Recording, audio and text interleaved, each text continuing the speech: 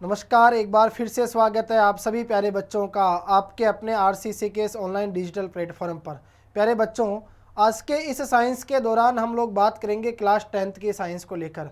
आज हम पढ़ेंगे कि आपका जो चैप्टर नंबर 2 है, जिसे अम्ल, क्षार और लवण के नाम से जाना जाता है, इस चैप्टर का बच्चों आज हम लोग पूरा क्या करेंगे, रिवीजन करेंगे। इस चैप्टर से आपसे बोर्ड एग्जाम में कितने नंबर के कितने प्रश्न पूछे जाएंगे और किस प्रकार के प्रश्न आपको बोर्ड एग्जाम 2021-22 में देखने को मिलेंगे, इन सब बातों का अध्ययन करेंगे। तो बिना विलंब किए बच्चों मैं शुरुआत करना चाहूँगा आज के हमारे साइंस के नए सेशन की। तो एक बार पुनः आप सभी प्यारे बच्चों को प्यार भरा नमस्कार। देखो बच्चों, सबसे पहले आपको स्क्रीन पे दिखाई दे रहा है class 10th science chapter number 2। यह जो चैप्टर नंबर 2 है बच्चों, यहाँ से देखो कुल आपके पास में 9 नंबरों का चैप्टर है। ये 9 नंबर का मतलब हो गया बच्चों, टोटल आपके पास में 6 सब्जेक्ट है। अगर 9 नंबर आप लोग यहाँ से तैयार करते हो, इसका मतलब बोर्ड एग्जाम में आपने कितनी परसेंटेज तैयार कर ली? 1.5%। 9 नंबर का मैटर है। आज की एक ही क्लास में 9 नंबरों को कंप्लीट तैयार करेंगे और मैं आपको विश्वास दिलाता हूँ जितना कम समय में हो सकता है मैं आज की इस क्लास को फिनिश करने का प्रयास करूंगा। अधिक से अधिक चीज़ें आपको सिखाऊंगा। मेरा वादा है इससे एक भी प्रश्न आपका बाहर नहीं जा सकता बोर्ड एग्जाम 2021-22 में। पूरे चैप्टर का ही रिवीजन कर देंगे, कहानी खत्म, नो टेंशन रहो। आप लोग मेरे साथ जुड़े रहो, आपको लिखना कुछ नहीं है, एक एक पॉइंट को समझते हुए चलो। फिर भी अगर कोई चीज़ आपको लगती है कि इसे लिखने से याद होगा तो आप लोग अपनी है ना रफ कॉपी साथ में रखो, उसमें आप लोग लिख सकते हो। देखो 9 नंबर का मैटर है और कितने प्रश्न आपसे पूछे जाएंगे? 6 प्रश्न यहाँ से आपसे पूछे, टोटल आएंगे 23 यानी 23 क्वेश्चन। 23 क्वेश्चनों में से आज की पहली क्लास में हम लोग 6 प्रश्न तैयार कर लेंगे, ठीक है। तो आज का टारगेट है हमारा इन 6 प्रश्नों को तैयार करना। छोटे प्रश्न भी होंगे 1-1 नंबर के, बड़े भी होंगे 2 नंबर के, और जो आते हैं लघुतरात्मक 3-3 नंबर के, वो प्रश्न भी यहाँ से आपको देखने को मिलेंगे। चैप्टर नंबर 2 का नाम है अम्ल, क्षार और लवण। हम लोग पढ़ेंगे बच्चों most important question board exam 2021-22 की दृष्टि से, ठीक है। देखो मैंने खुद ने है ना पूरे चैप्टर का रिवीजन किया है और कोशिश की है, अपने हाथों से हैंड रिटन से लिखा है मैंने खुद, ठीक है। देखो सबसे पहला टॉपिक, देखो मैंने यहाँ पर कुछ टॉपिक वाइज नाम लिखे हैं। मैं एक एक का आपको बोल के रिवीजन करवा दूंगा, एक एक चीज़ आपको समझा दूंगा। आप लोग बस मेरे शब्दों को ध्यान से सुनते जाओ, ठीक है। और अगर क्लास आपको पसंद आए तो इसको शेयर करना बिल्कुल भी मत भूलना। यह क्लास उन ज़रूरतमंद विद्यार्थियों तक भी पहुंचनी चाहिए जो इस बार 2021-22 में बोर्ड एग्ज़ाम देंगे और वो चाहते हैं सर साइंस में हमारे पास 100 में से 100 नंबर आए। देखो अम्ल तथा क्षार के गुणों में अंतर बताइए। एक छोटा सा प्रश्न मैंने लिया और आप लोग ये कहोगे सर ऐसा प्रश्न है, प्रत्येक बच्चे को इसका आंसर पता है, लेकिन हो सकता है कहीं चीज़ें आपको यहाँ से नई सीखने को मिल जाए और एक बार आपका पूरा रिवीजन होगा। सबसे पहले हम लोग पढ़ेंगे बच्चों अम्ल और क्षार को लेकर कि अम्ल और क्षार के गुण क्या होते हैं और उनके बीच में क्या क्या अंतर होता है। देखो अगर आप लोग बात करो किसको लेकर, स्वाद को लेकर, पहली चीज देखो अम्ल है ना, अम्ल स्वाद में खट्टे होते हैं, जबकि क्षार की अगर बात करें बच्चों तो क्षार स्वाद में कैसे होते हैं, कड़वे होते हैं, ठीक है। ये चीज़ आप सबको पता है कि सर अम्ल स्वाद में खट्टे होते हैं जबकि क्षार जो है वो स्वाद में कैसे होते हैं, कड़वे होते हैं। अम्ल क्या करते हैं, अम्लों का प्रमुख गुण क्या है, नीले लिटमस पत्र को लाल करना, जबकि क्षार जो होते हैं इनका प्रमुख गुण क्या होते हैं, लाल लिटमस पत्र को नीला करना। तो 2 पॉइंट यहाँ से आप लोगों के तैयार हुए कि सर अम्ल स्वाद में खट्टे होते हैं, क्षार स्वाद में कड़वे होते हैं। अम्ल नीले लिटमस पत्र को लाल कर देते हैं जबकि क्षार जो है वो लाल लिटमस पत्र को नीला कर देते हैं, ठीक है। दूसरी चीज अम्लों की अगर बात करें, अम्ल क्या करते हैं बच्चों, जलीय विलयन में H+ आयन देते हैं, याद रखना H+ आयन। अम्ल क्या करते हैं, जलीय विलयन, जलीय विलयन को एक्वस कहा जाता है जिसे AQ से दर्शाया जाता है, ठीक है।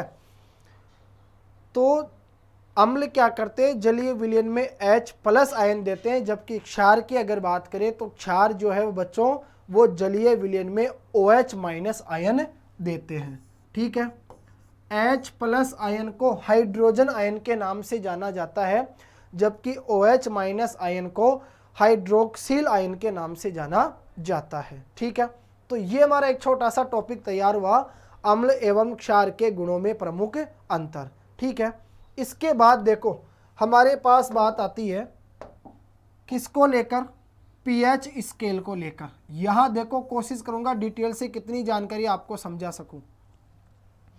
पीएच स्केल, सबसे पहले आपको दिखाई दिया पीएच। पीएच का जो पूरा नाम है वो होता है बच्चों पावर ऑफ हाइड्रोजन। ठीक है, पीएच की अगर हम लोग बात करें तो किसी विलयन में उपस्थित हाइड्रोजन आयनों की सांद्रता को ज्ञात करने के लिए एक स्केल क्या किया गया, विकसित किया गया, जिसे पीएच स्केल के नाम से जाना जाता है। तो आप लोग याद रखना, पीएच का जो पूरा नाम है वो होता है पावर ऑफ हाइड्रोजन। ठीक है, अगर केवल पीएच की परिभाषा पूछे कि बताइए पीएच क्या होता है, तो आप लोग याद रखना पीएच जो है यह हाइड्रोजन आयनों की सांद्रता का ऋणात्मक लघुगणक होता है। समझना आप लोग मेरी बात को, पीएच का पूरा नाम पूछे तो आप कहोगे सर पावर ऑफ हाइड्रोजन। अगर केवल पीएच की परिभाषा पूछे तो याद रखना हाइड्रोजन आयनों की सांद्रता का ऋणात्मक लघुगणक होता है। और अगर पीएच स्केल की बात करें तो आप लोग याद रखना कि किसी विलयन में उपस्थित हाइड्रोजन आयनों की सांद्रता को ज्ञात करने के लिए एक स्केल क्या किया गया, विकसित किया गया, जिसे पीएच स्केल के नाम से जाना जाता है। और इस पीएच स्केल में जो पी आपको दिखाई दे रहा है, ये पी किसका सूचक होता है बच्चों, यहाँ पर ये जो पी है यह है आपका पुषांश का सूचक।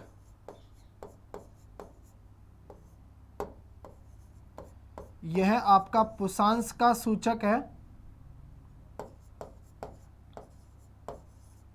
ठीक है, और जिसका अर्थ क्या होता है, शक्ति।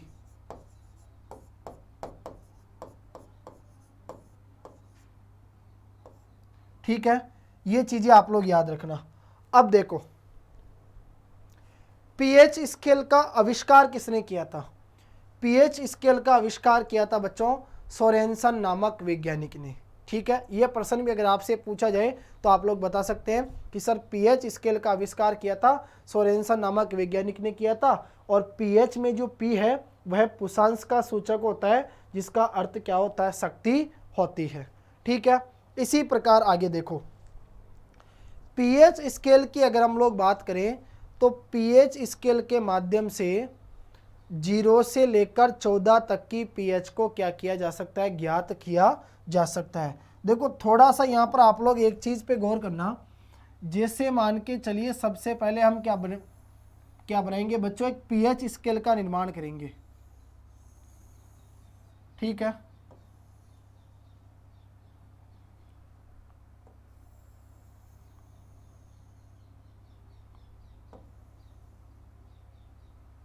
एक आ जाएगा आपका H प्लस, दूसरा आ जाएगा आपका OH माइनस, 0 7 14। देखो कोई सा भी विलयन हो, यदि उसका पीएच मान कितना होगा, 7। कोई सा भी विलयन हो अगर उसका पीएच मान कितना हो, फिक्स 7 हो, तो बताओ कैसा होता है, वह उदासीन प्रकृति का होता है। ठीक है, उदासीन प्रकृति का होता है। क्लियर। अब देखो यहां आप लोग समझना, उदासीन विलयन का जो पीएच मान है वो 7 होता है। 7 से कम पीएच वाले जो भी पदार्थ होते हैं वो कैसी प्रकृति के होते हैं, अम्लीय प्रकृति के होते हैं। जबकि 7 से अधिक पीएच वाले पदार्थ जो है 14 तक, वो कैसी प्रकृति के होते हैं, क्षारीय प्रकृति के होते हैं। ठीक है, यहां देखो आपने क्या सीखा, सबको पता है सर कोई सा भी विलयन हो उसका पीएच मान अगर 7 होता है तो वह उदासीन प्रकृति का होता है। एग्जाम्पल आप लोग ले सकते हो बच्चों, क्या नाम से, उदासीन जल। उदासीन जल का जो पीएच मान है वो कितना होता है, 7 होता है। अब देखो 7 से कम, जैसे जैसे पीएच का मान घटता जाएगा, जैसे जैसे पीएच का मान घटता जाएगा, वैसे वैसे आपका विलयन अधिक क्या होता जाएगा, अम्लीय होता जाएगा। ठीक है। और जैसे जैसे पीएच का मान बढ़ता जाएगा, जैसे जैसे पीएच का मान बढ़ता जाएगा, वैसे वैसे आपका जो विलयन है बच्चों, वो कैसा होता जाएगा, क्षारीय होता जाएगा। तो इसके माध्यम से आप लोग पता कर सकते हो कि किस विलयन का पीएच मान ज़्यादा होगा और किस विलयन का पीएच मान कम होगा। ठीक है। अब देखो, फिर बात आती है दैनिक जीवन में पीएच का महत्व, कि अगर हम लोग अपने डेली लाइफ की बात करें तो दैनिक जीवन में पीएच स्केल जो है इसका क्या क्या महत्व है। ठीक है। इन सब चीज़ों के बारे में भी आपसे प्रश्न पूछे जा सकते हैं। तो देखो, सबसे पहले आप लोग याद रखना, हमारा जो शरीर है यानी मानव का जो शरीर है वह कितनी पीएच परास के बीच में कार्य करता है। तो आपको पता है हमारा जो शरीर है बच्चों, वो 7.0 से 7.8 पीएच परास के बीच में क्या करता है, कार्य करता है। देखो, छोटे छोटे प्रश्न है और आप सबको पता है कि सर बूंद बूंद से घड़ा भरता है। एक ही क्लास में पूरे चैप्टर का रिवीजन करेंगे, एक भी छोटा प्रश्न हमारे से छूटना नहीं चाहिए और मेरी कोशिश है 100% आपका यहाँ से काम होगा। ठीक है। देखो, तो हमारा जो शरीर है वो 7.0 से 7.8 पीएच परास के बीच में क्या करता है बच्चों, कार्य करता है।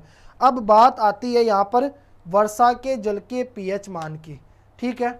देखो, अगर मान लो वर्षा के जल का पीएच मान 5.6 से क्या हो जाए, कम। जब वर्षा के जल का पीएच मान बच्चों 5.6 से कम हो जाता है तो उस कंडीशन में जो वर्षा होती है उस वर्षा को क्या कहा जाता है बताओ, उसे अम्लीय वर्षा के नाम से जाना जाता है। ठीक है। अम्लीय वर्षा के नाम से उसे क्या किया जाता है बच्चों, जाना जाता है। क्लियर है ना। आगे देखो, अब वर्षा का अगर मान लो पीएच मान 5.6 से कम हो गया तो वह क्या कहलाएगी, आपकी अम्लीय वर्षा कहलाएगी।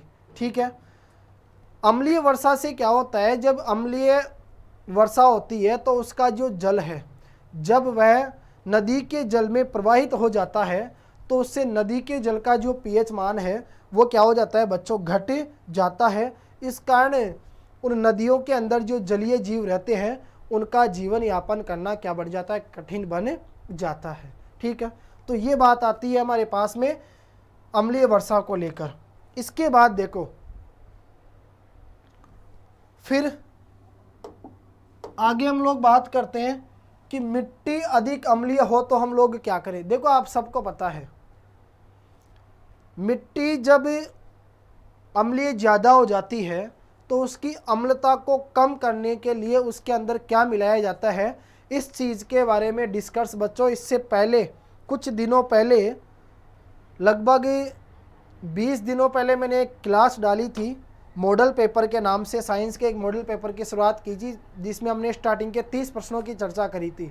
तो उसके दौरान मैंने आपको डिटेल से बताया था इस चीज़ के बारे में। एक बार अगर आपने उसको नहीं देखा तो आप लोग देख लेना बच्चों, कई सारे प्रश्नों का, सभी चैप्टरों के 30 प्रश्नों का आपका रिवीजन हुआ था। तो देखो, मिट्टी जब अधिक अम्लीय हो जाती है तो हम लोग क्या करते हैं, उस मिट्टी की अम्लता को कम करने के लिए उसके अंदर बताओ क्या मिलाते हैं, चूना मिलाते हैं। ठीक है। बताओ क्या मिलाया जाता है, उसके अंदर चूना मिलाया जाता है। अगर मान लो मिट्टी की क्षारीयता क्या हो जाए, ज़्यादा, यानी मिट्टी क्या हो जाए, अधिक क्षारीय हो जाए, तो उसको कम करने के लिए उसके अंदर कोई अम्लीय पदार्थ मिला दिया जाता है जिससे उसका पीएच मान जो है वो क्या आ जाता है, संतुलन में आ जाता है। ठीक है।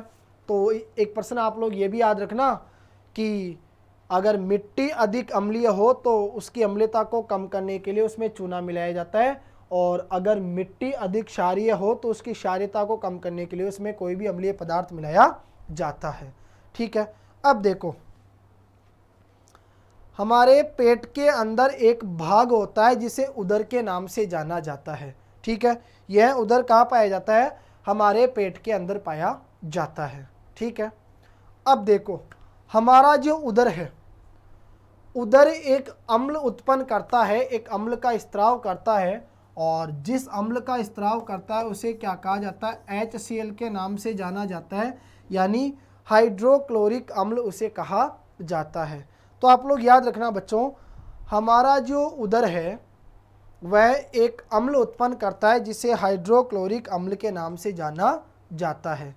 ठीक है, अब देखो यह हाइड्रोक्लोरिक अम्ल जो है वो हमारे उदर को बिना हानि पहुंचाए क्या करता है? हमारे भोजन के पाचन में सहायता प्रदान करता है। लेकिन कभी कभार क्या होता है, कुछ स्थितियां ऐसी हो जाती है जिनके दौरान, यानी आप लोग कह सकते हैं अपच की स्थिति। अपच का मतलब हो गया जब आपका भोजन क्या नहीं होता है? पचता नहीं है, जब आप लोग आवश्यकता से ज़्यादा खा लेते हो, तो उस कंडीशन में क्या होता है, आपका जो भोजन होता है वो ठीक प्रकार से पच नहीं पाता है। तो उस कंडीशन में यह उदर जो है वो अधिक मात्रा में क्या करता है? हाइड्रोक्लोरिक अम्ल का स्त्राव करता है। तो उससे क्या होता है? हमारे उदर में जलन और दर्द का अनुभव होने लगता है। तो हम लोग क्या करते हैं, इस जलन और जो दर्द है उससे राहत पाने के लिए किसका प्रयोग करते हैं बच्चों? एंटासिड का प्रयोग करते हैं।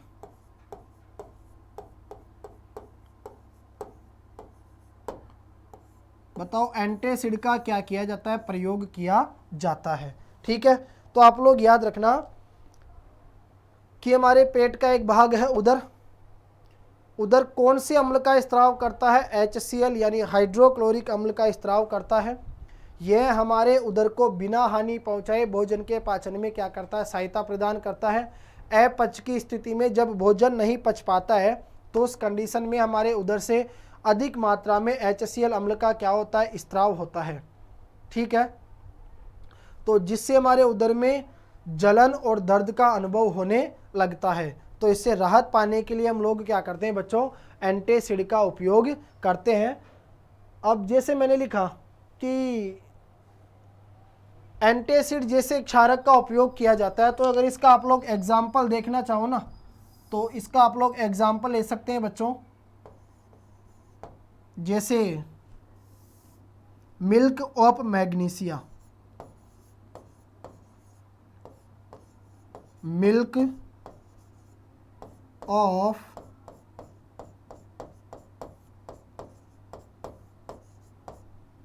मैग्नीशिया। ठीक है, मिल्क ऑफ मैग्नीशिया को क्या कहा जाता है? मैग्नीशियम हाइड्रोक्साइड के नाम से इसको जाना जाता है। ठीक है,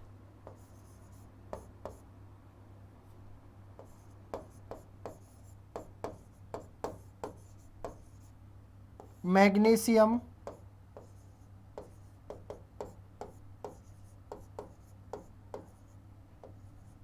हाइड्रोक्साइड, जिसका रासायनिक सूत्र होता है MgOH का होल 2। ठीक है, अब देखो बच्चों, हमने बात करी मैग्नीशियम हाइड्रोक्साइड को लेकर। देखो milk of magnesia, milk of magnesia का जो रासायनिक नाम है वो होता है मैग्नीशियम हाइड्रोक्साइड। अगर इसका रासायनिक सूत्र पूछे तो रासायनिक सूत्र होता है MgOH का होल 2। ठीक है, इसे मिल्क ऑफ मैग्नीशिया कहा जाता है। इसका उपयोग हम लोग किसके रूप में करते हैं बच्चों? तो इसका उपयोग हम लोग करते हैं एंटासिड के रूप में। ठीक है, एंटासिड के रूप में बताओ इसका क्या किया जाता है? उपयोग किया जाता है। क्लियर? दूसरी चीज, अगर और आप लोग याद करो तो एंटासिड के रूप में एक और हम लोग है ना किसका उपयोग करते हैं? NaHCO3, sodium hydrogen carbonate. ठीक है, इसका उपयोग भी किसके रूप में किया जाता है? एंटासिड के रूप में किया जाता है। क्लियर?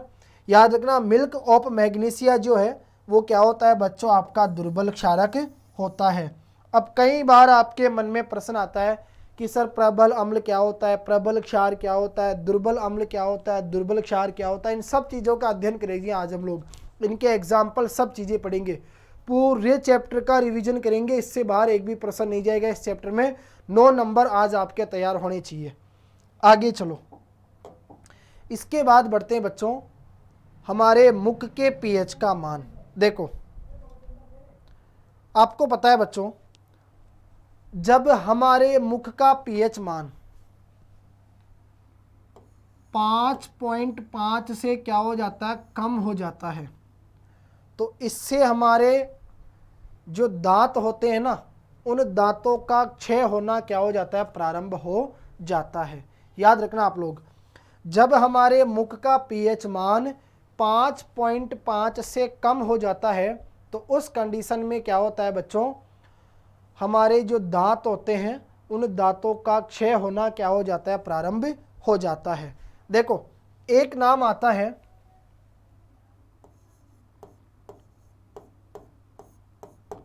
दांतों का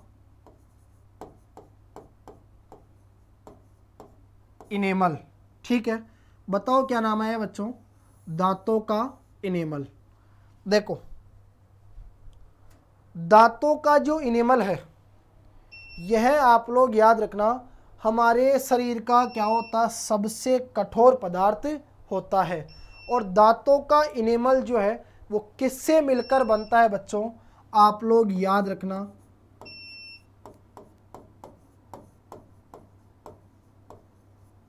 कैल्शियम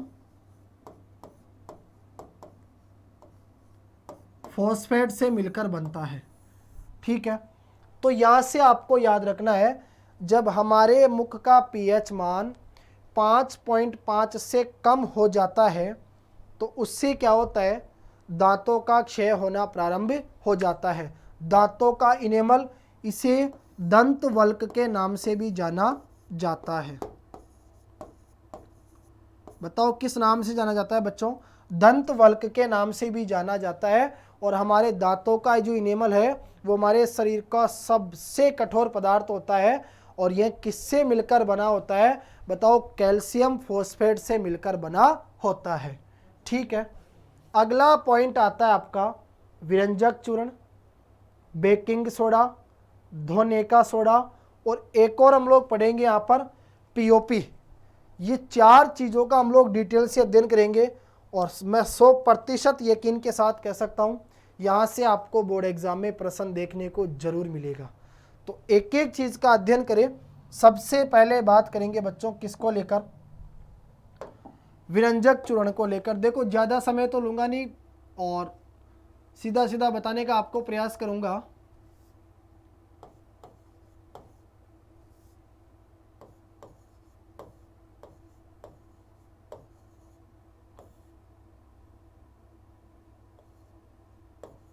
विरंजक चूर्ण, देखो सबसे पहली चीज अगर पूछा जाए, बताइए विरंजक चूर्ण का रासायनिक नाम क्या होगा, तो आप लोग याद रखना विरंजक चूर्ण का जो रासायनिक नाम है वो होता है, बताओ, कैल्शियम ऑक्सीक्लोराइड।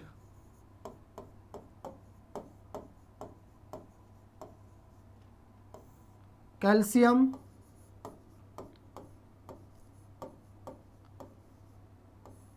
ऑक्सीक्लोराइड,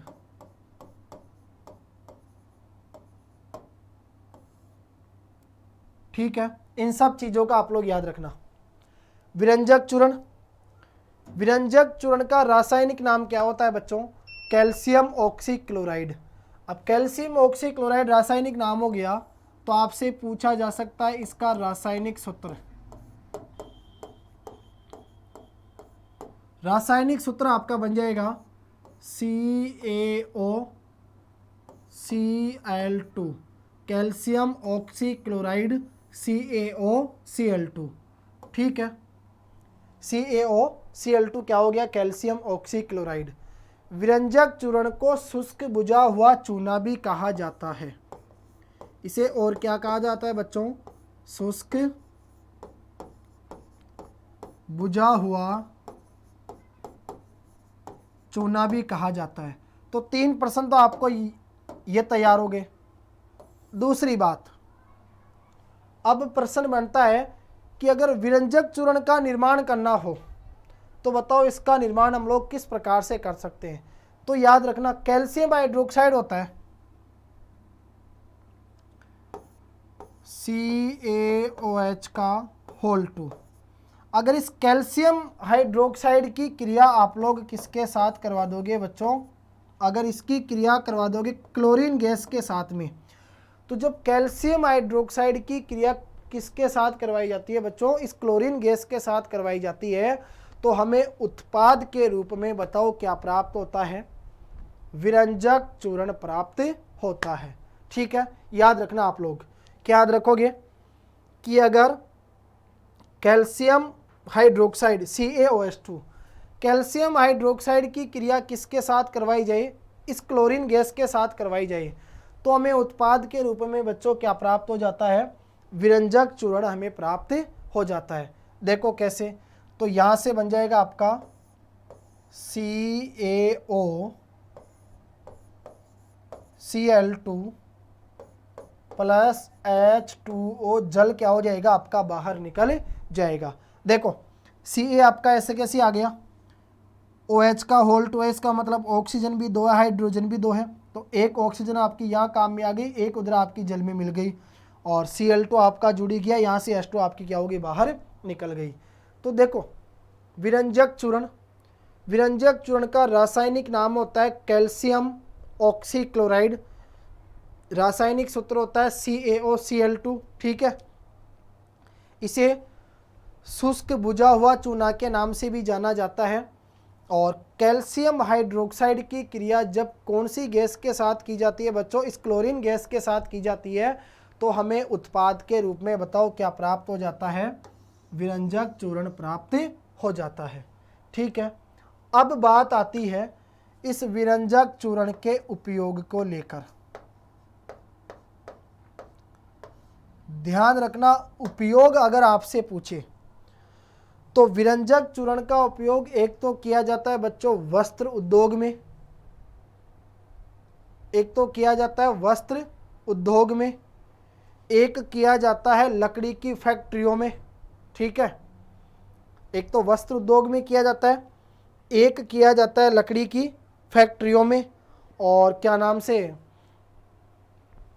आपको पता होना चाहिए कि जो पीने योग्य जल होता है, उस पीने योग्य जल को जीवाणु मुक्त करने के लिए रोगाणु नाशक के रूप में किसका उपयोग करते हैं बताओ, विरंजक चूर्ण का उपयोग करते हैं। ठीक है, तो आप लोग इस प्रकार से याद रखना बच्चों, एक तो वस्त्र उद्योग में किया जाता है, एक लकड़ी की फैक्ट्रियों में किया जाता है, और दूसरी चीज पीने योग्य जो जल होता है, उस पीने योग्य जल को जीवाणु मुक्त करने के लिए रोगाणु नाशक के रूप में हम लोग किसका उपयोग करते हैं, विरंजक चूर्ण का उपयोग करते हैं। ठीक है, विरंजक चूर्ण के बाद में हम लोग बात करेंगे यहां पर किसकी, बेकिंग सोडे को लेकर।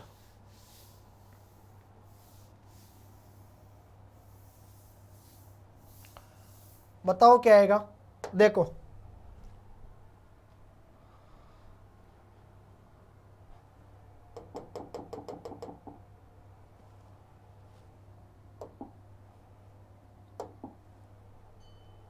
विरंजक चूर्ण हो गया हमारा, अब आएगा बच्चों हमारा बेकिंग सोडा।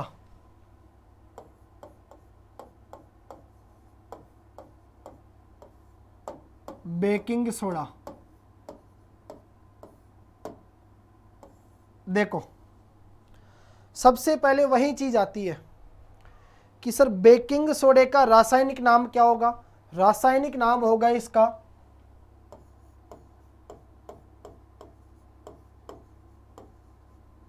Sodium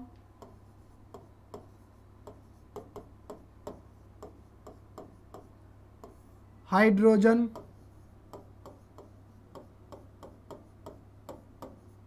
carbonate. इसे क्या कहा जाता है, NaHCO3 के नाम से इसको जाना जाता है। ठीक है, देखो मैंने कहा बेकिंग सोडा, बेकिंग सोडे का रासायनिक नाम होता है सोडियम हाइड्रोजन कार्बोनेट, जिसका रासायनिक सूत्र क्या होता है बच्चों, NaHCO3। अब यहाँ इंपॉर्टेंट प्रश्न आपका यह है कि बताओ सोडियम हाइड्रोजन कार्बोनेट का जो निर्माण है वो निर्माण किस प्रकार से किया जाएगा। तो इसका निर्माण करने के लिए आपको आवश्यकता पड़ेगी NaCl की, यानी सोडियम क्लोराइड लवण की। ठीक है, अब सोडियम क्लोराइड लवण की आपको अभिक्रिया करवानी पड़ेगी किसके साथ में, CO2 कार्बन डाइऑक्साइड के साथ में, H2O जल के साथ में। ठीक है, देखो NaCl है, NaCl की क्रिया कराओगे किसके साथ में, एक तो कार्बन डाइऑक्साइड के साथ में, एक आप क्रिया कराओगे बच्चों किसके साथ, जल के साथ में, और एक आपको क्रिया करवानी पड़ेगी किसके साथ, NH3 अमोनिया के साथ में। तो यहाँ से देखो आप लोग याद किस प्रकार से करोगे कि जब हमें बेकिंग सोडे का निर्माण करना हो तो बेकिंग सोडे का निर्माण करने के लिए सोडियम क्लोराइड लवण की क्रिया कार्बन डाइऑक्साइड, जल और अमोनिया के साथ करवाई जाती है, तो हमें उत्पाद के रूप में क्या प्राप्त होता है, बेकिंग सोडा प्राप्त होता है। अब बेकिंग सोडा आपका क्या आ जाएगा, NaHCO3 और एक आपका यहाँ से बन जाएगा NH4Cl, जिसे अमोनियम क्लोराइड के नाम से जाना जाता है। एक बार आप लोग इसको चेक कर सकते हैं, देखो Na अकेला है, Na आपका अकेला आ गया, हाइड्रोजन आपने देखी बच्चों, 2 तो यहाँ काम में आ रही है, 3 वहाँ काम में आ रही है, 3 और 2 5, तो 4 आपकी ये आ गई, 1 ये आ गई, टोटल कितनी हो गई 5। ऑक्सीजन आपने देखा 2 और 1 3 काम में आ रही है, तीनों ऑक्सीजन काम में आ गई। C आपका अकेला है, Cl आपका अकेला है, वो भी काम में आ गया। ठीक है, तो सिंपल सा आप लोग याद रखना प्रत्येक बच्चा कि जब सोडियम क्लोराइड की क्रिया कार्बन डाइऑक्साइड, जल और अमोनिया के साथ करवाई जाती है तो हमें उत्पाद के रूप में एक तो क्या प्राप्त होता है बताओ, सोडियम हाइड्रोजन कार्बोनेट यानी बेकिंग सोडा प्राप्त होता है, और दूसरा हमारे को अमोनियम क्लोराइड की क्या हो जाती है, यहाँ से प्राप्ति हो जाती है। तो 2 चीज़ों का निर्माण हो जाएगा, और दोनों में से किसी को भी लेकर प्रश्न पूछे आप लोग यहाँ से अपना क्या दे सकते हैं बच्चों, जवाब दे सकते हैं। ठीक है, और दूसरी बात अगर हम लोग देखें कि बेकिंग सोडे के उपयोग को लेकर बात करें तो देखो बच्चों, एक तो इसका उपयोग किया जाता है बेकिंग पाउडर बनाने में,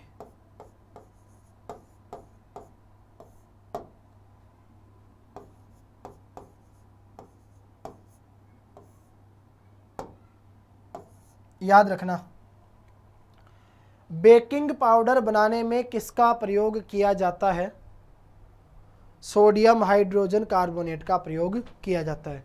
दूसरा हमने अभी पहले पढ़ा था कि सर सोडियम हाइड्रोजन कार्बोनेट का उपयोग भी हम लोग क्या करते हैं, एंटासिड के रूप में करते हैं, यानी इसका जो उपयोग है वो भी अम्ल की जो अधिक मात्रा होती है उसको उदासीन करने के लिए इसका प्रयोग किया जाता है। तो अगर हमारे उदर में अम्ल की मात्रा अधिक हो जाए तो उसको उदासीन करने के लिए सोडियम हाइड्रोजन कार्बोनेट का क्या किया जा सकता है, प्रयोग किया जा सकता है। एक आप लोग याद रख सकते हो, सोडा अम्ल अग्निशामक के रूप में भी इसका क्या किया जाता है, प्रयोग किया जाता है।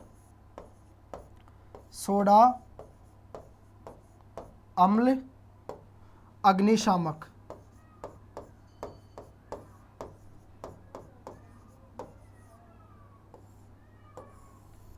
सोडा अम्ल अग्निशामक के रूप में भी बच्चों किसका प्रयोग किया जाता है बताओ, बेकिंग सोडे का प्रयोग किया जाता है। ठीक है, तो ये सब चीज़ें आप लोग याद रखना किसके संदर्भ में, बेकिंग सोडे के संदर्भ में। क्लियर, अब मैं आगे बढ़ता हूं। देखो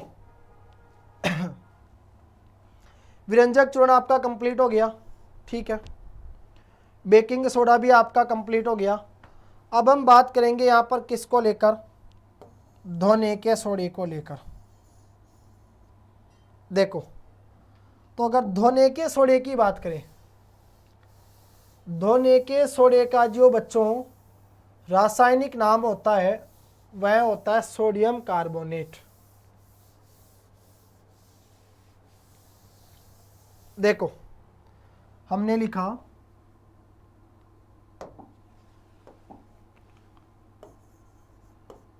धोनेका सोडा,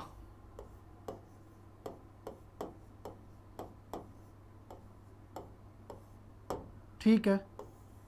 समझना आप लोग, प्रत्येक बच्चा एक एक चीज को ध्यान से। धोनेके सोडे का जो रासायनिक नाम है वो होता है बच्चों सोडियम कार्बोनेट।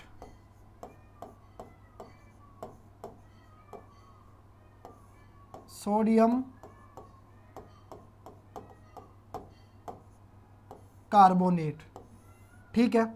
बताओ बच्चों, धोनेके सोडे का जो रासायनिक नाम है वो क्या होता है? Sodium carbonate. अगर इसका रासायनिक सूत्र देखें तो रासायनिक सूत्र होता है Na2CO3.10H2O।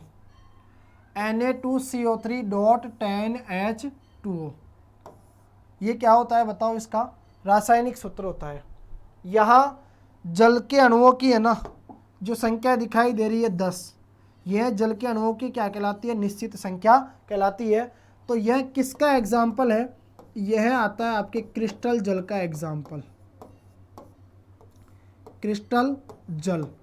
अगर प्रश्न में आपसे पूछ लिया जाए कि बताइए क्रिस्टल जल किसे कहते हैं, तो आपको मैंने पढ़ाया था, पिछली जो हमारी क्लास हुई थी मैंने आपको बताया था 20 दिन पहले हमने एक मॉडल पेपर पढ़ा था जिसके स्टार्टिंग के 30 प्रश्नों का हमने अध्ययन किया था।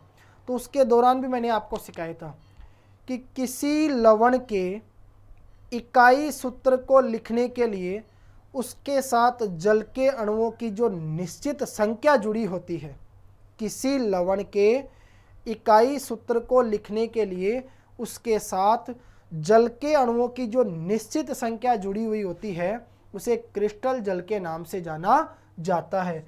क्रिस्टल जल के कई उदाहरण हैं। एक तो हो गया आपका सोडियम कार्बोनेट Na2CO3.10H2O। इसी प्रकार एक आप लिख सकते हो जिप्सम। जिप्सम भी है ना क्रिस्टल जल का उदाहरण है। जिप्सम होता है आपका क्या नाम से? Calcium sulphate CaSO4.2H2। यहाँ जल के अणुओं की दो निश्चित संख्या जुड़ी हुई रहती है। इसी प्रकार आप लोग एक ले सकते हैं, आता ना नीला तोता, CuSO4.5H2O। तो ये सभी बताओ किसके एग्जाम्पल हैं? नीला तोता, जिसे क्या कहा जाता है? कॉपर सल्फेट के नाम से जाना जाता है। तो यहाँ जल के अणुओं की निश्चित संख्या 5 जुड़ी हुई है, यहाँ जल के अणुओं की निश्चित संख्या 2 जुड़ी हुई है, यहाँ जल के अणुओं की निश्चित संख्या 10 जुड़ी हुई है। ये सभी किसके एग्जाम्पल है? ये सब क्रिस्टल जल के क्या है बच्चों? एग्जाम्पल है। ठीक है, चलो। तो धोने का सोडा, अगर देखो धोने के सोडे का आप लोग निर्माण करोगे तो याद रखना इसका जो निर्माण है वो किसके द्वारा किया जाता है? बेकिंग सोडे को गर्म करके। अगर आपने क्या किया, जैसे बेकिंग सोडा आपने ले लिया और बेकिंग सोडे को आपने क्या कर दिया? गर्म कर दिया। तो पीछे आपने पढ़ा था ना बेकिंग सोडे का जो रासायनिक सूत्र था वो क्या आया था बताओ? NaHCO3। ठीक है, इसके अणुओं की संख्या ले लिया आपने 2। अब इसको आप क्या कर दोगे? गर्म कर दोगे। जब गर्म कर दोगे तो यह किस में परिवर्तित हो जाएगा बताओ? धोने के सोडे में क्या हो जाएगा? परिवर्तित हो जाएगा। ठीक है, तो यहां से बन जाएगा Na2CO3 प्लस H2O जल का क्या हो जाएगा? निर्माण हो जाएगा। देखो सोडियम के 2 अणु है, सोडियम के 2 अणु काम में आ गए। कार्बन के 2 है, एक कार्बन आपका यह आ गया Na2CO3, ठीक है, प्लस यहाँ एक कौन सी गैस बाहर निकल जाएगी, CO2 गैस भी क्या हो जाएगी, बाहर निकल जाएगी। देखना एक बार, सोडियम के 2 अणु है, सोडियम के 2 अणु काम में आ गए, कार्बन के 2 है तो एक कार्बन आपका यहाँ काम में आ गया, एक कार्बन आपका यहाँ काम में आ गया, ठीक है। ऑक्सीजन के देखो 3 दूनी 6 है तो 3 आपके यहाँ काम में आ गए, एक आपका ये काम में आ गया, 2 आपके यहाँ काम में आ गया। हाइड्रोजन के 2 अणु, हाइड्रोजन के कितने आगे, 2।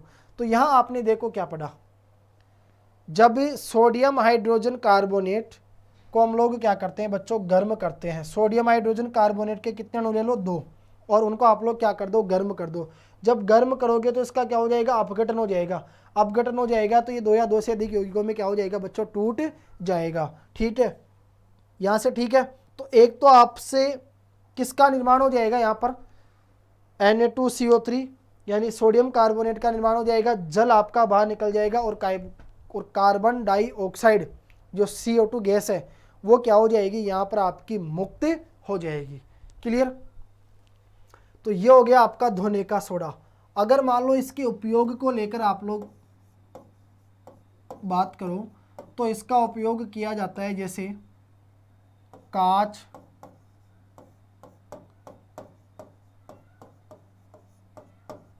साबुन,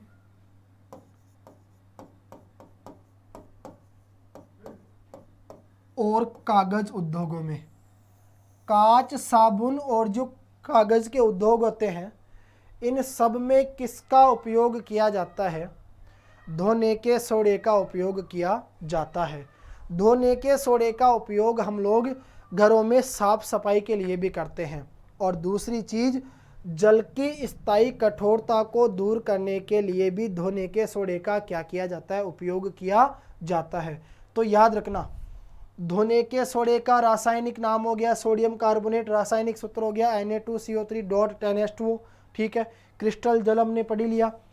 किसी लवण के इकाई सूत्र को लिखने के लिए उसके साथ जल के अणुओं की जो निश्चित संख्या जुड़ी हुई होती है वह क्रिस्टल जल के नाम से जानी जाती है। क्रिस्टल जल के 3 एग्जाम्पल आपके सामने आ गए। बेकिंग सोडे को अगर गर्म करोगे तो इसका अपघटन हो जाएगा, अपघटन के दौरान आपको किसका निर्माण हो जाएगा, सोडियम कार्बोनेट का निर्माण हो जाएगा, जल और बाहर निकलेगा, और कार्बन डाइऑक्साइड गैस जो है वो क्या हो जाएगी, आपकी मुक्त हो जाएगी। उपयोग देखोगे तो कांच, साबुन और कागज उद्योगों में इसका उपयोग किया जाता है। एक आप लोग ले सकते हैं जैसे जल की स्थायी कठोरता को दूर करने के लिए इसका उपयोग किया जाता है, और एक हमने पढ़ा कि हमारे घरों में साफ सफाई के लिए भी इसका क्या किया जाता है, उपयोग किया जाता है, ठीक है। इसके बाद देखो आगे हम लोग बात करेंगे, देखो 2-3 शब्द यहाँ से आपको दिखाई देंगे, और वो है आपके सामने। एक तो आता है बच्चों नेटल, ठीक है। देखो सबसे पहले हमने बात करी नेटल के बारे में। नेटल की अगर बात करें तो नेटल जो है ना यह एक शाकीय पौधा होता है। नेटल क्या होता है बताऊं, एक शाकीय पौधा होता है नेटल, ठीक है। नेटल एक शाकीय पौधा है, यह जंगलों में उगता है। कहाँ उगता है बच्चों, जंगलों में उगता है, ठीक है। नेटल एक शाकीय पौधा होता है जो जंगलों में क्या होता है, उगता है। नेटल के जो वो होते हैं ना पत्ते, इन पत्तों पर डंक नुमा क्या पाए जाते हैं, बाल पाए जाते हैं।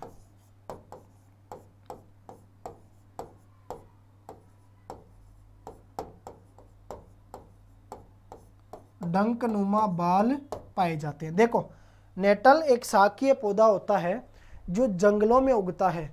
नेटल के पत्तों पर डंक नुमा बाल पाए जाते हैं। अगर गलती से यह छू जाए तो हमें दर्द और जलन का क्या होता है, अनुभव होता है, ठीक है। यह दर्द और जलन का अनुभव क्यों होता है, क्योंकि नेटल के जो पत्तों पर डंक नुमा बाल पाए जाते हैं, यह बाल जो है वो क्या करते हैं बच्चों, एक अम्ल का स्त्राव करते हैं, ठीक है। और उसी अम्ल के स्त्राव से क्या होता है बताओ, हमारे दर्द और जलन का क्या होता है, अनुभव होता है। ठीक है, ये चीज़ आप लोग याद रखना। फिर देखो, फिर बात आती है लिटमस को लेकर।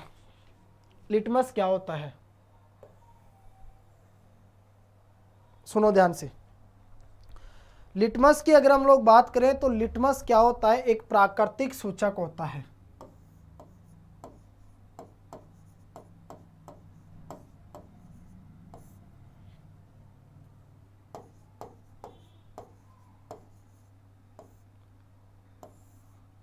बताओ, लिटमस क्या होता है,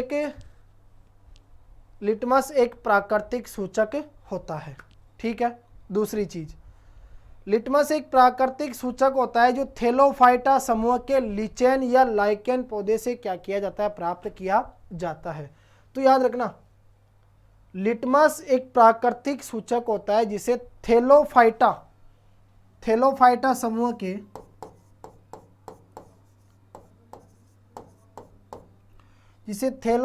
समूह के लिचेन या आप लोग कह सकते हैं लाइकेन, लिचेन ये लाइकेन पौधे से क्या किया जाता है, प्राप्त किया जाता है। ठीक है, लिटमस विलयन जब न तो अम्लीय होता है और न ही क्षारीय होता है, उस कंडीशन में लिटमस विलयन जो है वो कौन से रंग का होता है, तो आप लोग याद रखना,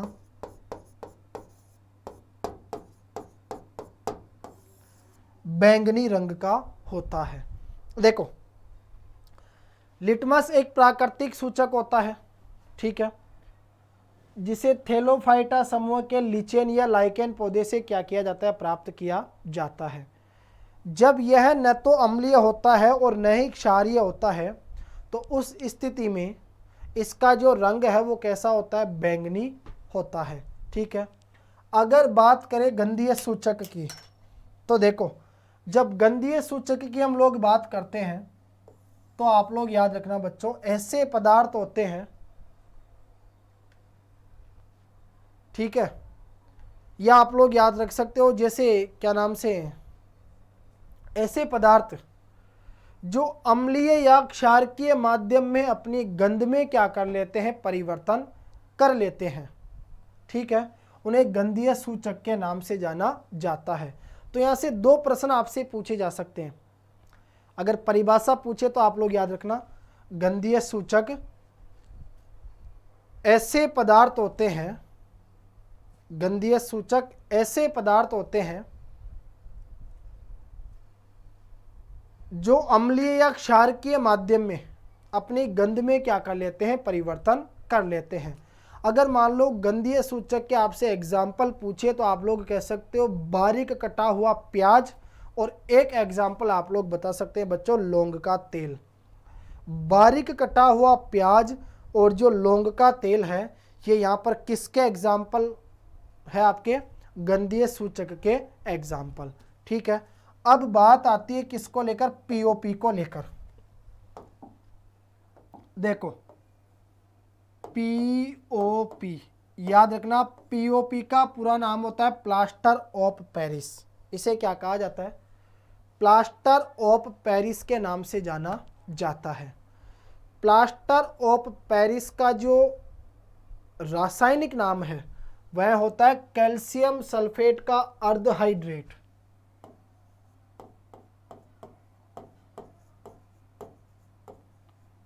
कैल्शियम सल्फेट का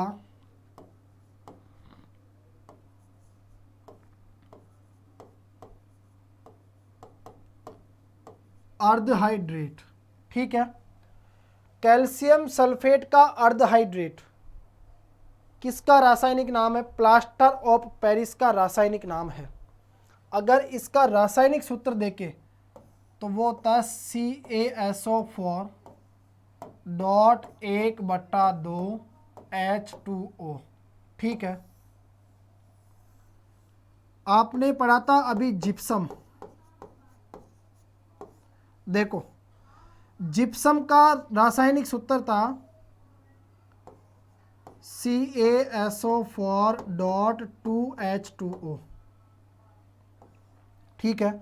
अगर कैल्शियम सल्फेट को क्या किया जाए, यानी जिप्सम को क्या कर दिया जाए बच्चों,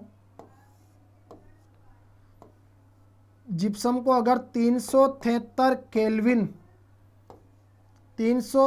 केल्विन ताप के ऊपर क्या कर दिया जाए, गर्म कर दिया जाए।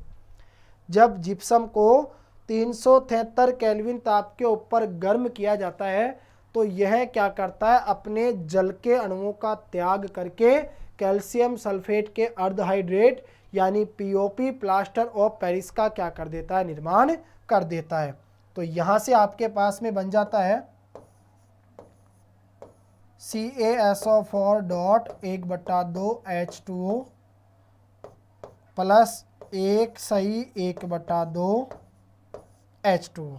ठीक है, ये चीज़ आप लोग याद रखना। देखो पीओपी पूरा नाम होता है प्लास्टर ऑफ पेरिस, रासायनिक नाम होता है कैल्शियम सल्फेट का अर्धहाइड्रेट, रासायनिक सूत्र होता है CaSO4.1/2H2O। जिप्सम को जब 373 केल्विन ताप के ऊपर गर्म किया जाता है तो यह अपने जल के अणुओं का त्याग करके क्या करता है, पीओपी प्लास्टर ऑफ पेरिस का निर्माण करता है। ठीक है। अगर इसका उपयोग पूछे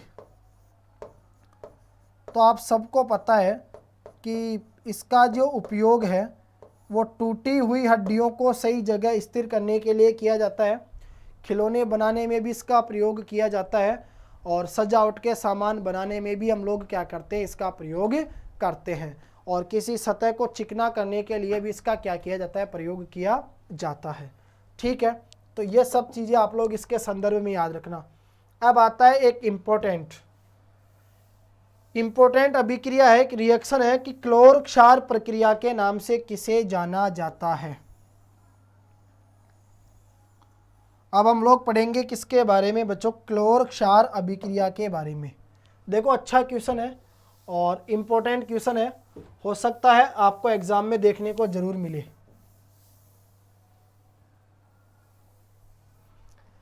हम बात करेंगे किसको लेकर, क्लोर क्षार प्रक्रिया को लेकर।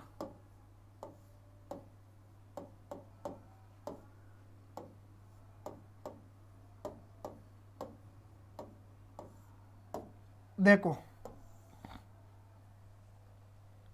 यहां आप लोग है ना काम में लेना बच्चों NaCl सोडियम क्लोराइड का जलीय विलयन। ठीक है, देखो हमने लिया NaCl के 2 अणु, सोडियम क्लोराइड का क्या चाहिए आपको, जलीय विलयन चाहिए। देखो सबसे पहले तो आप लोग ये जानो परिभाषा क्या होती है। जब भी क्लोर क्षार अभिक्रिया की बात की जाती है बच्चों तो आप लोग याद रखना सोडियम क्लोराइड का जो जलीय विलयन होता है ना, सोडियम क्लोराइड के जलीय विलयन से जब विद्युत धारा का प्रवाह किया जाता है, जब विद्युत धारा का क्या किया जाता है, प्रवाह किया जाता है, तो यह अपघटित होकर यानी वियोजित होकर क्या करता है, सोडियम हाइड्रोक्साइड का क्या करता है, निर्माण करता है। ठीक है, जिसके दौरान हमें एनोड पर तो क्लोरीन गैस प्राप्त होती है और कैथोड पर हमें हाइड्रोजन गैस क्या होती है बच्चों, प्राप्त होती है। तो समझना आप लोग मेरी बात को। सबसे पहले पूछेगा कि बताइए जो क्लोर क्षार अभिक्रिया होती है इसकी परिभाषा क्या होती है। तो अगर केवल इसको परिभाषित करना हो, केवल परिभाषा देनी हो, तब तो आप लोग ये कह सकते हैं कि सोडियम क्लोराइड के जलीय विलयन से विद्युत धारा प्रवाहित करने पर वह अपघटित यानी वियोजित होकर सोडियम हाइड्रोक्साइड का क्या करती है, निर्माण करती है, जिसके दौरान एनोड पर तो क्लोरीन गैस मुक्त होती है और कैथोड पर हाइड्रोजन गैस क्या होती है, मुक्त होती है। अब देखो विद्युत धारा प्रवाहित करोगे मतलब आप लोग इसकी क्रिया कराओगे किसके साथ में, जल के साथ में। ठीक है, तो इसका क्या हो जाएगा, अपघटन हो जाएगा। अपघटन हो जाएगा तो एक तो बन जाएगा आपका 2NaOH सोडियम हाइड्रोक्साइड, एक आपकी क्लोरीन गैस बाहर निकल जाएगी और एक आपकी हाइड्रोजन गैस क्या हो जाएगी बच्चों, बाहर निकल जाएगी। ठीक है, देखो Na के 2 अणु है, Na के 2 अणु आ गए। यहाँ से ऑक्सीजन की अगर बात करें तो ऑक्सीजन के 2 अणु आ रहे हैं, ऑक्सीजन के 2 आ गए। हाइड्रोजन के कितने आ रहे हैं? 4। तो यहाँ पर कितने काम में आ गए? 2 आपके बाहर निकल गए, ठीक है। और ये क्या आ गया आपका? Cl2। तो यहाँ आपने पढ़ा कि सोडियम क्लोराइड के जलीय विलयन से विद्युत धारा प्रवाहित करने पर वह अपघटित होकर यानी वियोजित होकर क्या करता है? सोडियम हाइड्रोक्साइड का निर्माण करता है, जिसके दौरान एनोड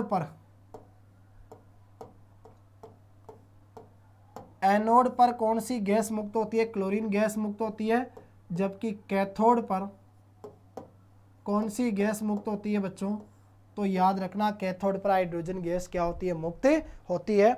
इसे ही क्लोर क्षार अभिक्रिया के नाम से जाना जाता है, ठीक है। आगे बात आती है, छोटा सा एक प्रश्न मैंने लिया कि क्लोराइड, नाइट्रेट व सल्फेट परिवार के लवणों के आपको क्या बताने? एग्जाम्पल बताने हैं।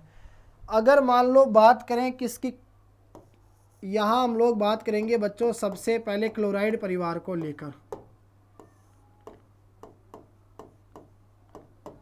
देखो, अगर बात करेंगे क्लोराइड परिवार को लेकर तो जैसे आप लोग कह सकते हैं, सीधी सी बात है, कोई सी भी धातु ले लो, उसके आगे आप क्या जोड़ दो? ये क्लोरीन, तो वो आपका किस में परिवर्तित हो जाएगा बच्चों? क्लोराइड में परिवर्तित हो जाएगा। जैसे एग्जाम्पल मान लीजिए मैंने लिया MgCl2, बताओ क्या बना? Magnesium chloride. NaCl sodium chloride, ठीक है। इसी प्रकार आप लोग ले सकते हो CaCl2 कैल्शियम क्लोराइड। तो ये सब किसके एग्जाम्पल है? ये सब क्लोराइड परिवार के एग्जाम्पल है। इसी प्रकार अगला पॉइंट था आपका नाइट्रेट, कि नाइट्रेट परिवार के एग्जाम्पल।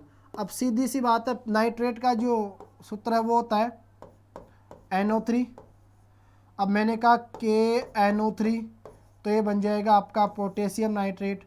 मैंने कहा MgNO3, ये बन जाएगा आपका मैग्नीशियम नाइट्रेट, ठीक है। इस प्रकार NaNO3, यह आपका बन जाएगा, बताओ, सोडियम नाइट्रेट। तो इस प्रकार से आप लोग याद रखना, ठीक है। ये सब क्या होते हैं? नाइट्रेट परिवार के लवण होते हैं। एक आपसे पूछा गया था सल्फेट परिवार के लवण। अब आपको सल्फेट जोड़ना है। सल्फेट का सूत्र होता है SO4। जैसे आपने लिया H2SO4, ये क्या होता है? हाइड्रोजन सल्फेट होता है, जिसे सल्फ्यूरिक अम्ल के नाम से जाना जाता है। इसे अम्लों का राजा भी कहा जाता है, ठीक है। और जैसे आप लोग ले सकते हो CaSO4 कैल्शियम सल्फेट, ठीक है। MgSO4 magnesium sulphate. एक आप लोग ले सकते हो ZnSO4 जिंक सल्फेट। तो ये आपने पढ़े, एक तो पढ़े क्लोराइड परिवार के लवण, एक पढ़े आपने नाइट्रेट परिवार के लवण, एक आपने पढ़े सल्फेट परिवार के लवण, ठीक है। चलो, इसके बाद आगे हम लोग बढ़ते हैं बच्चों। देखो, अब एक प्रश्न आता है कि प्रबल अम्ल एवं दुर्बल। देखो, एक आता है प्रबल के लिए, एक आता है दुर्बल के लिए। अब यहाँ से 4 प्रश्न वो आपसे पूछ सकता है। एक पूछेगा प्रबल अम्ल क्या होते हैं, एक पूछेगा दुर्बल अम्ल क्या होते हैं, एक पूछेगा प्रबल क्षार क्या होते हैं, एक पूछेगा दुर्बल क्षार क्या होते हैं। सबसे पहले बात करेंगे प्रबल अम्ल को लेकर। ऐसे अम्ल जो जलीय विलयन में अधिक मात्रा में H+ आयन देते हैं, उन्हें प्रबल अम्ल के नाम से जाना जाता है। याद रखना बच्चों, ऐसे अम्ल जो जलीय विलयन में अधिक मात्रा में क्या करते हैं? H+ आयन देते हैं, उन्हें प्रबल अम्ल कहा जाता है, ठीक है। बताओ क्या कहा जाता है? प्रबल अम्ल कहा जाता है। प्रबल अम्ल का एग्जाम्पल आप लोग ले सकते हैं HCl हाइड्रोक्लोरिक अम्ल, यह प्रबल अम्ल होता है। इसी प्रकार फिर बात आएगी दुर्बल अम्ल को लेकर। देखो, ऐसे अम्ल जो जलीय विलयन के अंदर अपघटित होकर कम मात्रा में H+ आयन देते हैं उन्हें दुर्बल अम्ल कहा जाता है। इसका एग्जाम्पल आप लोग ले सकते हैं एसिटिक अम्ल, जिसका सूत्र होगा CH3COOH। ठीक है, तो ये हो गया आपका प्रबल अम्ल और दुर्बल अम्ल। अब इसी प्रकार एक आता है आपका प्रबल क्षार। ऐसे क्षार जो जलीय विलयन में अधिक मात्रा में OH- आयन देते हैं वह क्या कहलाते हैं? प्रबल क्षार कहलाते हैं। जैसे आप लोग ले सकते हैं NaOH तथा KOH, सोडियम हाइड्रोक्साइड और पोटेशियम हाइड्रोक्साइड, ये क्या कहलाते हैं? प्रबल क्षार कहलाते हैं। अगर बात करें दुर्बल क्षार की,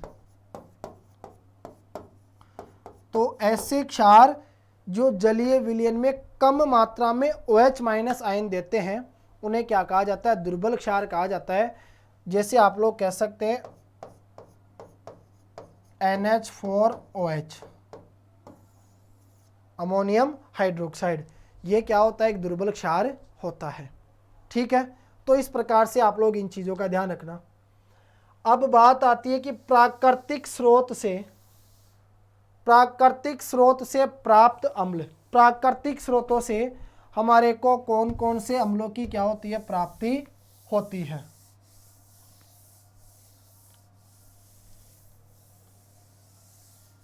देखना एक बार, थोड़ा सा इसको हम लोग डिटेल से समझेंगे, क्योंकि यहाँ से आपको 4-5 प्रश्न है ना, वो देखो एक चीज़ मैंने बताया था ना आपको, नेटल का जो डंक होता है ना उसके अंदर पाया जाता है मेथेनोइक अम्ल पाया जाता है, याद रखना। ठीक है, चलो अभी करवा देंगे अब हम लोग और डिटेल से इसको। सबसे पहले आप लोग ले सिरका। बताओ सिरका में कौन सा अम्ल पाया जाता है? एसिटिक अम्ल।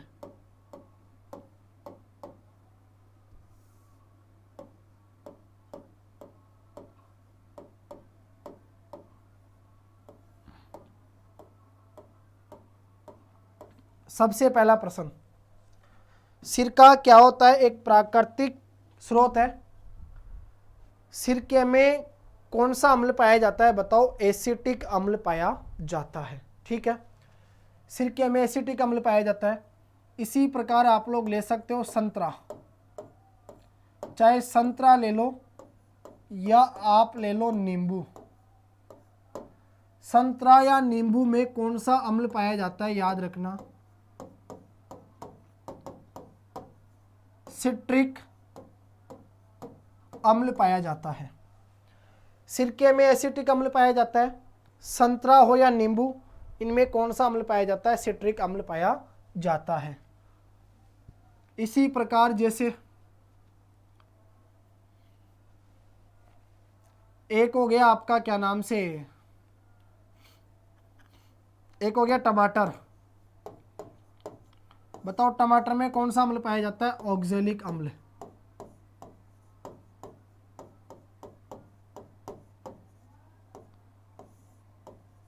ऑक्जेलिक अम्ल पाया जाता है। अगर वो आपसे पूछे इमली के कि इमली में कौन सा अम्ल पाया जाता है, याद रखना इमली के अंदर टार्टरिक अम्ल पाया जाता है। क्लियर। और अगर बात करें आपसे दही की, खट्टा दूध, दही में कौन सा पाया जाएगा?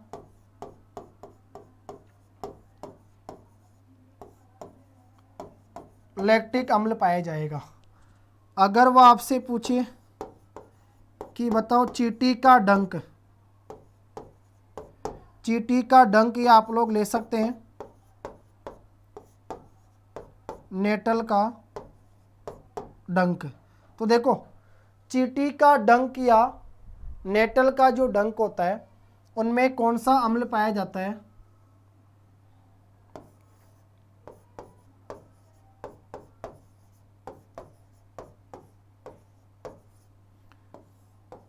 मेथेनोइक अम्ल पाया जाता है।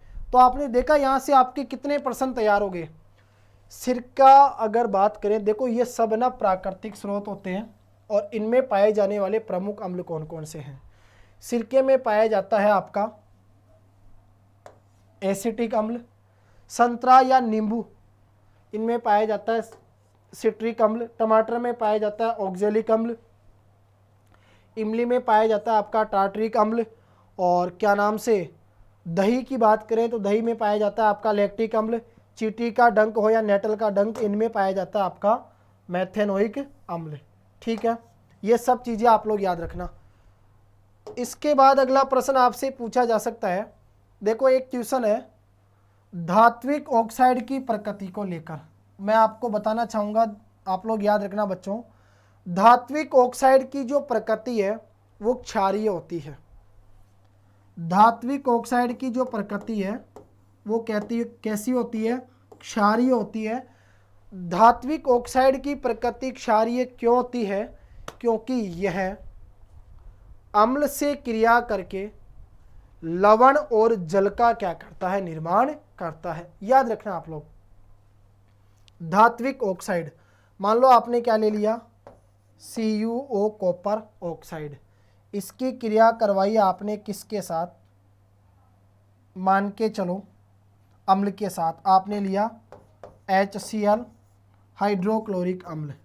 ठीक है, अब देखो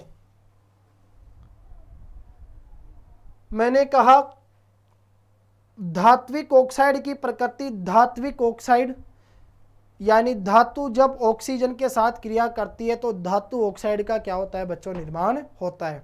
धातु अगर ऑक्सीजन के साथ क्रिया करेगी तो धातु ऑक्साइड यानी धात्विक ऑक्साइड का निर्माण होगा। धात्विक ऑक्साइड की जो प्रकृति है वो क्षारीय होती है, क्योंकि धात्विक ऑक्साइड जब अम्लों से क्रिया करता है तो लवण और जल का क्या होता है? निर्माण होता है। तो धात्विक ऑक्साइड हमने कौन सा लिया? Copper oxide. इसकी क्रिया करवाएंगे हम लोग किसके साथ? अम्ल यानी HCl के साथ में। तो देखो एक तो बनेगा आपका लवण और बाहर क्या निकल जाएगा? आपका जल बाहर निकल जाएगा। तो ये बन जाएगा आपका CuCl2 प्लस H2O क्या हो जाएगा? आपका बाहर निकल जाएगा। ठीक है, चलो अगला क्वेश्चन है धातु कार्बोनेट व धातु हाइड्रोजन कार्बोनेट की तनु अम्ल यानी HCl से क्या कराओ? क्रिया कराओ। अच्छा क्वेश्चन है। अभिक्रिया को लेकर अगर आपसे प्रश्न पूछेगा तो आप लोग यहाँ से याद रख सकते हैं बच्चों। प्रश्न है आपका कि धातु कार्बोनेट व धातु हाइड्रोजन कार्बोनेट, इनकी आपको क्रिया करवानी है किसके साथ में? बताओ, आपको क्रिया करवानी है बच्चों तनु अम्ल के साथ में। देखो जब तनु अम्ल के साथ में क्रिया करेंगे तो सीधी सी बात है, याद रखना, मैं थोड़ा सा आपको इसको एक बार परिभाषा के रूप में बता देता हूं। जब धातु कार्बोनेट या धातु हाइड्रोजन कार्बोनेट की क्रिया अगर बच्चों आपके तनु अम्ल के साथ की जाती है तो हमें उत्पाद के रूप में कार्बन डाइऑक्साइड गैस प्राप्त होती है और लवण और जल का क्या होता है? निर्माण होता है। एक बार हम लोग इनकी जो रिएक्शन है उसको देखेंगे। सबसे पहले आपको चाहिए धातु कार्बोनेट। ठीक है,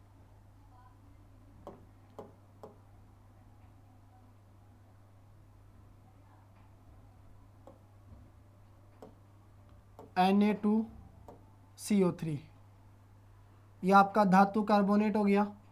इसकी क्रिया कराओ किसके साथ में? आपके तनु अम्ल के साथ में। तो यह आ गया आपका 2HCl। ठीक है, हाइड्रोक्लोरिक अम्ल के साथ में जब यह क्रिया करेगा तो एक तो आपका बन जाएगा 2NaCl प्लस H2O और कौन सी गैस मुक्त हो जाएगी? CO2 कार्बन डाइऑक्साइड गैस मुक्त हो जाएगी। देखो Na2CO3 क्या होता है? सोडियम कार्बोनेट यानी धातु कार्बोनेट है। धातु जब कार्बोनेट के साथ क्रिया करती है तो धातु कार्बोनेट का क्या होता है बच्चों? निर्माण होता है। और यहाँ धातु कार्बोनेट का जो हमने एग्जाम्पल लिया वो कौन सा है बताओ? Na2CO3 यानी सोडियम कार्बोनेट। ठीक है, सोडियम कार्बोनेट की क्रिया करवाई आपने आपके इस तनु अम्ल के साथ में, तो आपको एक तो लवण बन गया, लवण आपको प्राप्त हो गया सोडियम क्लोराइड लवण। एक बन गया आपका जल, और कौन सी गैस आपकी मुक्त हो गई, कार्बन डाइऑक्साइड गैस मुक्त हो गई। इसी प्रकार धातु कार्बोनेट के बाद अब हम लेंगे धातु हाइड्रोजन कार्बोनेट, जैसे NaHCO3, ये क्या हमारा धातु हाइड्रोजन कार्बोनेट है। अब इसकी क्रिया वही किसके साथ करवा देंगे, फिर से तनु अम्ल के साथ में। तो फिर देखो लवण बनेगा NaCl, ठीक है, NaCl लवण बनेगा, वही आपका जल बाहर निकलेगा और वही कार्बन डाइऑक्साइड गैस जो है वो क्या हो जाएगी, आपके मुक्त हो जाएगी। तो दोनों एग्जाम्पलों से आपको पता चला कि धातु कार्बोनेट हो या धातु हाइड्रोजन कार्बोनेट हो, जब यह आप हमारे इस तनु अम्ल के साथ क्रिया करते हैं तो हमें उत्पाद के रूप में लवण और जल प्राप्त होता है, और दोनों कंडीशन में कार्बन डाइऑक्साइड गैस जो है वो क्या होती है बच्चों, मुक्त होती है। ठीक है, चलो तो ये भी हमारा कंप्लीट हो गया। इसके बाद हम लोग पढ़ेंगे अगले प्रश्न की तरफ। अगला प्रश्न है बच्चों आपका धातुओं की अम्ल तथा क्षार से विक्रिया। देखो थोड़ा सा ना यहाँ पर हमारा कंफ्यूजन रहता है कई बार, और अच्छा क्वेश्चन भी है, इंपॉर्टेंट है बच्चों, निश्चित रूप से आपको अच्छा सीखने को मिलेगा। देखो हमने लिया धातुओं की अम्ल तथा क्षार से विक्रिया। देखो धातु जब अम्ल के साथ क्रिया करती है तो सबको पता है सर हाइड्रोजन गैस क्या होती है, मुक्त होती है, लेकिन यह है ना सक्रिय धातुओं में होता है, केवल सभी धातुओं में नहीं होता। इसी प्रकार कुछ धातुएं ऐसी होती है जो क्षारों के साथ भी क्रिया करके लवण और जल का क्या करती है, हाइड्रोजन गैस क्या करती है, मुक्त करती है। तो दो चीजें आप लोग याद रखना। हम बात करेंगे धातुओं की अम्ल और क्षार से विक्रिया को लेकर। मैंने कहा धातु जब अम्ल के साथ क्रिया करती है तो हाइड्रोजन गैस मुक्त होती है। सभी धातुओं के साथ में ऐसा नहीं होता, केवल सक्रिय धातुओं की बात की जाती है। ठीक है, इसी प्रकार कुछ धातुएं ऐसी होती है जो क्षार से अभिक्रिया करने के बाद में भी क्या करती है, हाइड्रोजन गैस मुक्त करती है। अगर एग्जाम्पल देखें धातु की अम्ल के साथ क्रिया,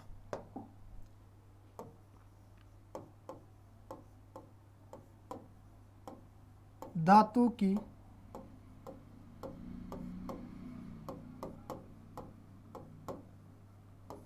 अम्ल के साथ क्रिया, मान लीजिए धातु हो गई आपकी मैग्नीशियम, अम्ल हो गया आपका H2SO4। ठीक है, धातु हो गई हमारी मैग्नीशियम, अम्ल हो गया हमारा H2SO4 सल्फ्यूरिक अम्ल। धातु जब अम्ल के साथ क्रिया करेगी तो एक तो आपका बन जाएगा MgSO4 मैग्नीशियम सल्फेट लवण, और बाहर कौन सी गैस निकल जाएगी बच्चों, हाइड्रोजन गैस क्या हो जाएगी, बाहर निकल जाएगी। इसी प्रकार मान लीजिए अगर मैं धातु की क्रिया करवाना चाहूँ किसके साथ में, क्षार के साथ में, मान के चलिए धातु हमारे पास हो गई जिंक। अच्छा एग्जाम्पल है, इंपॉर्टेंट है, आप लोग याद रखना। जिंक की क्रिया करवाए साहब किसके साथ, सोडियम हाइड्रोक्साइड यानी NaOH के दो अणुओं के साथ में। तो देखो यहाँ से आपके पास क्या होगा, ये बन जाएगा Na2ZnO2 प्लस हाइड्रोजन गैस आपकी क्या हो जाएगी, बाहर निकल जाएगी। और ये याद रखना बच्चों Na2ZnO2 जो है वो किसका रासायनिक सूत्र होता है, यह होता है आपका सोडियम जिंकेट।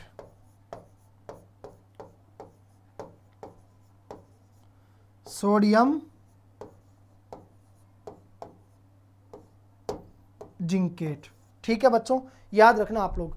तो दो कंडीशन आपके सामने है, धातु अगर अम्ल के साथ क्रिया करेगी तो हाइड्रोजन गैस प्रदान करेगी, सभी धातुएं नहीं करती है, केवल सक्रिय धातुएं करती है। कुछ धातुएं ऐसी होती है जो क्षारों के साथ भी क्रिया करके हाइड्रोजन गैस क्या करती है, मुक्त करती है, जैसे जिंक धातु। अगर जिंक की क्रिया सोडियम हाइड्रोक्साइड के दो अणुओं के साथ करवाएंगे तो लवण हमें प्राप्त होगा सोडियम जिंकेट, और हाइड्रोजन गैस क्या हो जाएगी, हमारी बाहर निकल जाएगी। एक नाम आ रहा है यहाँ पर आपके सामने, देखो एक छोटी सी परिभाषा है, और परिभाषा में आपसे पूछा गया है बच्चों की बताओ तनुकरण किसे कहते हैं। याद रखना, जब अम्ल और क्षार को जल में मिलाया जाता है तो उससे क्या होता है, हाइड्रोजन आयनों की सांद्रता में प्रति इकाई आयतन में क्या होती है, कमी होती है, जिसे तनुकरण के नाम से जाना जाता है। तो याद रखना बच्चों, जब अम्ल और क्षार को जल में मिलाया जाता है या जब अम्ल और क्षार को जल में घोला जाता है तो हाइड्रोजन आयनों की सांद्रता में प्रति इकाई आयतन में क्या होती है, कमी होती है, जिसे तनुकरण के नाम से जाना जाता है। अगर नीला थोथा की बात करें तो पीछे मैंने आपको पढ़ाया था, नीला थोथा जो है इसका रासायनिक सूत्र हमने पढ़ा था बच्चों, CuSO4.5H2O, यानी कॉपर सल्फेट, जिसके साथ जल के अणुओं की निश्चित संख्या जुड़ी हुई रहती है 5, ठीक है, जिसको कॉपर सल्फेट भी कहा जाता है। तो यही क्या कहलाता है, आपका नीला तोथा कहलाता है। एक लास्ट हो गया कंप्लीट द एंड। आज हमने जितने प्रश्न पढ़ लिए ना इस चैप्टर से संबंधित, पूरे चैप्टर का आपका रिवीजन हो गया, इनसे बाहर आपका प्रश्न नहीं जाएगा, ये मैं आपको विश्वास के साथ कह रहा हूँ। पूरा पढ़ लिया मतलब समझ लो बोर्ड एग्जाम में आपके साइंस के 9 नंबर कंप्लीट तैयार हो गए, नो टेंशन। संश्लेषित सूचकों के उदाहरण, संश्लेषित सूचकों के आपको उदाहरण बताने हैं तो 2 एग्जाम्पल आप लोग याद रख सकते हैं। एक आता है आपका मेथिल ऑरेंज और दूसरा आता है बच्चों आपका फिनोल्फथेलिन। तो मेथिल ऑरेंज और जो फिनोल्फथेलिन है, मेथिल ऑरेंज जो फिनोल्फथेलिन होता है, यह किसके एग्जाम्पल होते हैं बच्चों बताओ। तो आप लोग याद रखना, यह संश्लेषित सूचकों के क्या होते हैं, एग्जाम्पल होते हैं। ठीक है बच्चों, तो आज के इस सेशन में हमने पढ़ा चैप्टर नंबर 2 अम्ल क्षार और लवण का संपूर्ण रिवीजन, उससे बनने वाले इंपॉर्टेंट प्रश्न, मतलब समझ लीजिए आपके 9 नंबर क्या हो गए बच्चों, तैयार हो गए। आपके 23 में से 6 प्रश्नों का हल कंप्लीट है। इंतजार करो अगली क्लास का, उसमें फिर हम लोग एक नए चैप्टर की बात करेंगे और उसका क्या करेंगे, संपूर्ण रिवीजन करेंगे। तो तब तक के लिए आप सभी प्यारे बच्चों को जय हिंद, जय भारत।